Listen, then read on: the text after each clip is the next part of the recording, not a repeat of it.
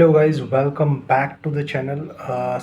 आज की जो वीडियो होने वाली है ये 2 से 3 टॉपिक पे बेस्ड होगी, जिसमें फाइनेंस और फाइनेंस के साथ साथ एक कंट्री के तौर पे हम अभी कैसा कर रहे हैं। जनरली मैं उस टॉपिक पे बात करने वाला हूँ जो कि आपको न्यूज़ चैनल्स के अंदर बीते 4-5 सालों या उससे पहले कह लो कभी कहीं डिस्कस करता हुआ नहीं मिलेगा, क्योंकि ना ही कोई न्यूज़ चैनल इसके बारे में बात करता है और ना ही लोगों को इसके बारे में पता है। सो आज जो बाकी मुद्दे हैं उनसे हट के मैं ऐसी चीज़ों के बारे में बात करूँगा जो कि एक यंग जनरेशन के लिए बहुत ज़रूरी है। अभी आपने कुछ दिन पहले न्यूज़ सुना होगा। सबसे पहले स्टार्ट करते हैं 2-3 चीज़ों से। अभी आपने कुछ दिन पहले सुना होगा एक्सिस बैंक के बारे में। जी हाँ, एक्सिस बैंक ने एक अर्ली रिटायरमेंट नोटिस जारी किया था और अपने जितने भी 100 सीनियर एम्प्लॉयज़ हैं उनको एक तरह से एक अर्ली नोटिस दे दिया कि भैया अब आप रिटायर हो जाओ। सो एक्चुअली में अब देखो ये हो क्यों रहा है। एक्सिस बैंक जो है उनकी नॉर्मल रिटायरमेंट एज आप गूगल चेक कर लेना, मैं आपको रिपोर्ट भी शेयर कर दूंगा, दैट इज़ 58 ईयर्स। बट अब क्या कर रही है Axis bank, basically employ cut off कर रही है। जो उनके लिए जिससे उनको लगता है कि अब इनसे हमारा कुछ काम नहीं हो सकता, वो उनको early retirement early thank you बोल रहे हैं। अब आप देखो पोजीशन ऐसा हो क्यों रहा है। अभी सिचुएशन क्या होगी, 100 जो वीपीज़ हैं, जो सीनियर मैनेजमेंट है, ये जॉब इतनी आसानी से तो मिलती नहीं है। और एक तरह से एक्सिस बैंक को ऐसा लग रहा था कि अब ये उनके ऊपर बोझ बन रहे हैं, तो एक्सिस बैंक ने उनको अर्ली रिटायरमेंट के तौर पे दे दिया।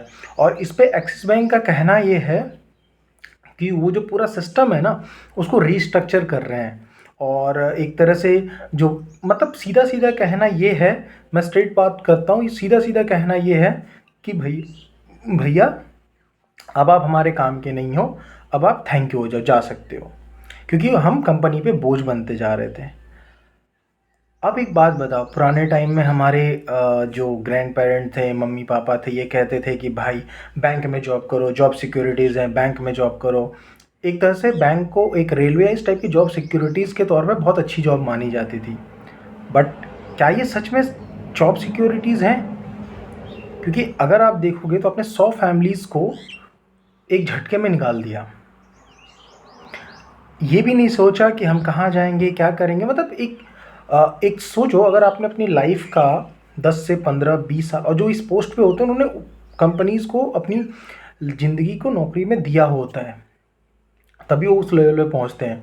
एक इंसान ने जिसने अपनी पूरी ज़िंदगी एक नौकरी को दे दी, एट लास्ट में उसको बस एक कंपनी ने लेटर थमा दिया, हो गया थैंक यू, अब आप जा सकते हो। कौन सी जॉब सिक्योरिटीज़ हुई? कौन सी जो बैंक के जो एम्प्लॉयज़ हैं उनकी फैमिलीज़ हैं, अब सोचो उनका ज़रा क्या हाल होगा। और ये सिर्फ एक चीज़ों के लिए नहीं है। सेम कास्ट 24 ने 200 एम्प्लॉयज़ को निकाल दिया। क्यों? क्योंकि उनका ये कहना है कि भैया बजट कम पड़ रहा है, मतलब सीधा सीधा बात है, कंपनी में प्रॉफिट नहीं आ रही है, कंपनी में बजट बोझ बढ़ रहा है, इसलिए वो 200 एम्प्लॉय को निकाल दिया। सेम तीसरी जो इंसिडेंट मैं बता रहा हूँ, अपोलो टायर ने है ही, भले ही इंडिया से बाहर हुआ है, बट उन्होंने 500 एम्प्लॉयज़ को एक तरह से निकाल दिया और जो फैक्ट्री थी वो बंद कर दी। उनका भी सेम कहना था, इलेक्ट्रिसिटी मतलब कॉस्ट बढ़ रहा है, प्रॉफिट नहीं आ रहा है। तो एक तरह से देखो तो इंडिया की अगर मैं बात करूं तो इंडिया के अंदर एम्प्लॉयमेंट तो वैसे ही बुरा हाल है इंडिया का, ऊपर से जो जॉब कर रहे हैं उनकी भी जॉब ऐसे जा रही है। आप सोचो मार्केट के अंदर कंपटीशन कितना बढ़ेगा, और इस चीज़ के बारे में कोई बात नहीं करता। एक्सिस बैंक का ये कहना है कि भाई साहब, मैं बात करता दोबारा आता हूँ एक्सिस बैंक पे। एक्सिस बैंक का ये कहना है कि भाई साहब हम पूरे सिस्टम को रिस्ट्रक्चर कर रहे हैं, जो हमारे ऊपर बोझ बनते जिनकी तरफ से परफॉर्मेंस नहीं आ रहा था वो उन्होंने उनको नोटिस दिया। बट आप एक बात बताओ, एक इंसान जिसने अपनी पूरी ज़िंदगी 10 से 15 साल जब तक उसमें एनर्जी होती है वो कंपनी को देता है, तब तो कंपनियां ये नहीं सोचती कि भाई साहब ये इसने हमें इतना दिया है, अब तो ये थोड़ा सा हकदार है। नहीं सोचती, सिर्फ और सिर्फ अपना सोचती है। और सबसे बड़ा बात, हमारा गवर्नमेंट, हमारे रूल, हमारी गवर्नमेंट को तो ये होश ही नहीं है मैं आपको अगर एक रिपोर्ट की बात करूँ, रिपोर्ट में हमारा जो अनएम्प्लॉयमेंट रेट है उसका क्या हाल है, चलो उस पे ज़रा आते हैं। मैं क्यों ऐसा बात कर रहा हूँ, हमारी गवर्नमेंट इन सब चीज़ों के बारे में सोचती ही नहीं है कि इंडिया का यूथ कहाँ जाएगा, इंडिया का यूथ क्या करेगा। इंडिया का यूथ पकौड़ी भेजे तो दैट इज़, पकौड़ी भी बेचेगा ना, that is business, that is like कि हाँ ये अच्छा कर रहा है। बट आप एक बात बताओ, कुछ दिन पहले जो एक मिनिस्टर थे, उन्होंने भी सेम यही चीज़ की बताया था कि इंडिया के अंदर जो स्टार्टअप भी आ रही है ना, क्या आ रही है, अचार भी बनाने वाली, खिलौने बनाने वाली, कपड़े बनाने वाली, क्या हम इस तरह से चाइना से compete करेंगे? ये हमारा स्टार्टअप कल्चर है।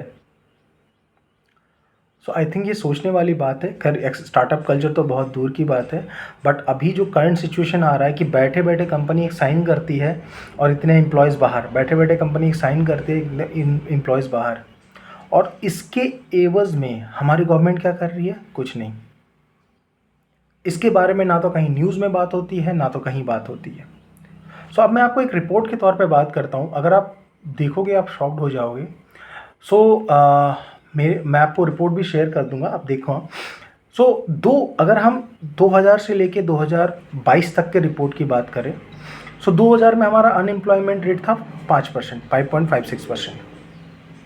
2001 से लेके 2013 तक, इवन 2019 तक, 2029 तक हमारा अनएम्प्लॉयमेंट 5 to 6% के बीच में रहता था। कभी 5.23, 5.44, मतलब कभी बढ़ता घटता 5 से 6 के बीच में हमारा अनएम्प्लॉयमेंट रहता था।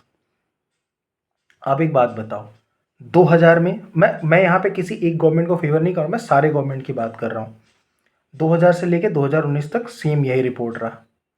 बट 2019 के बाद 2020 का जब डाटा आता है, अनएम्प्लॉयमेंट रेट 8%। 2021 में 6% हुआ था। हाँ, 2022 में अगेन 8%। आप मुझे एक बात बताओ, हमारी गवर्नमेंट इसके बारे में कभी कोई सवाल क्यों नहीं करता है? क्या कर रही है हमारी गवर्नमेंट? एम्प्लॉयमेंट जनरेट कैसे कर रही है? कोई सवाल नहीं करता। हम 2000, यहाँ कहने को तो हम 5 ट्रिलियन 4 ट्रिलियन इतने ऊपर जा रहे हैं, बट क्या सच में हमें फ़ायदा हो रहा है?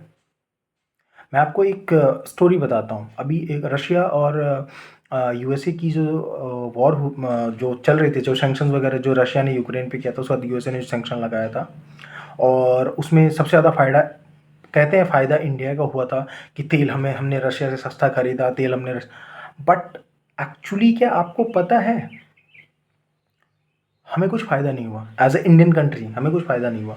फ़ायदा किसको हुआ? बड़े बड़े बिजनेसमैन हैं। मैं बताता हूँ, रशिया से तेल कौन प्रोक्योर करता था? अंबानी ग्रुप ऑफ कंपनीज, और वो अपने अहमदाबाद के प्लांट में करके रिफाइन करके फिर वो बेचते थे। तो फायदा किसको, डायरेक्ट किनको होता था? अंबानी को। ना तो वो कॉन्ट्रैक्ट बीपीसीएल को ज़्यादा मिला, ना आईओसीएल को, ना किसी भी गवर्नमेंट कंपनीज को। तो क्या सच में एज ए कंट्री जो हम 5 ट्रिलियन 4 ट्रिलियन 3 ट्रिलियन जा रहे हैं, क्या सच में हमें वो बेनिफिट कर रहा है? क्योंकि अगर आप देखोगे अनएम्प्लॉयमेंट बढ़ी हुई है, क्योंकि मैंने अभी जस्ट 3 दिनों में 3 ऐसी कंपनीज आपको बता दी जिसमें एक्सिस बैंक ने 100 एम्प्लॉय को निकाल दिया, अपोलो टायर ने 500 एम्प्लॉय कंपनी बंद कर दी, भले वो इंटरनेशनल हो बट ये हो रही है। सेम काश 24 ने 200 एम्प्लॉय को निकाला झटके में।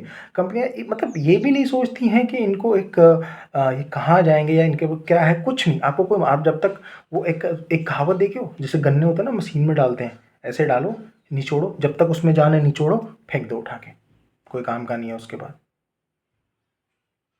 तो अगर आपको ये लगता है ना कि आप एक कंपनी में 15 से 20 साल दे रहे हो तो आपकी जॉब सिक्योरिटीज़ है, उसके बाद कंपनी आपका ध्यान रख लेगी? नहीं रखेगी। सो मेक श्योर, जो भी इस जनरेशन के हैं या जो भी मेरे एज के हैं, मेक श्योर आप अभी से इसका प्लानिंग कर लो। कंपनी कभी भी आपको निकाल सकती है, किसी भी वक्त आपको निकाल सकती है, और गवर्नमेंट कुछ नहीं कर रही है। सेम अब मैं बात करता हूँ, चलो अनएम्प्लॉयमेंट भी हो गया, अभी बेनिफिट आपको दिख गया कि बेनिफिट कहाँ हो रहा है। क्योंकि गैप जो है ना, ऐसे था अमीर और गरीब का, वो ऐसे होता जा रहा है, इसके बारे में कोई बात नहीं करता। ऑयल हमने रसिया से इतने सस्ते में खरीदा, बट एक्चुअली में क्या हमें इंडिया को फ़ायदा हुआ? क्योंकि रिफाइन प्राइवेट कंपनी कर रहे थे, सेल वो कर रहे थे, हमें कितना फ़ायदा हुआ। अब चेक कर ले सेम। आते हैं सेकेंड टॉपिक पे, हंगर इंडेक्स में इंडिया का क्या हाल है। मैं आपको वो भी रिपोर्ट दिखा देता हूँ। सो आ जाते हैं हंगर इंडेक्स पे। सो अगर मैं 2002 से रिपोर्ट की बात करूँ, सो 2002 से लेके 2017 तक हंगर इंडेक्स में हम 12% पे आ गए थे।